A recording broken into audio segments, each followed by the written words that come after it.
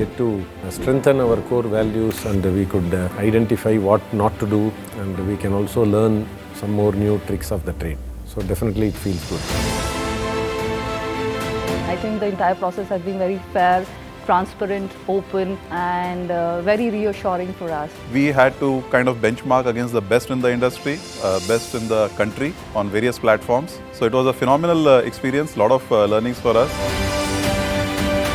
This recognition coming from Deloitte after going through such a rigorous process feels accomplishment and a reassurance to us at Dabur that we are on the right path. Extremely interesting, but extremely focused and a very, very rigorous process, I would say. Very unlike the typical awards that we have got in the past. So feels well deserved. It really helps you in giving the message right across the system to all the stakeholders.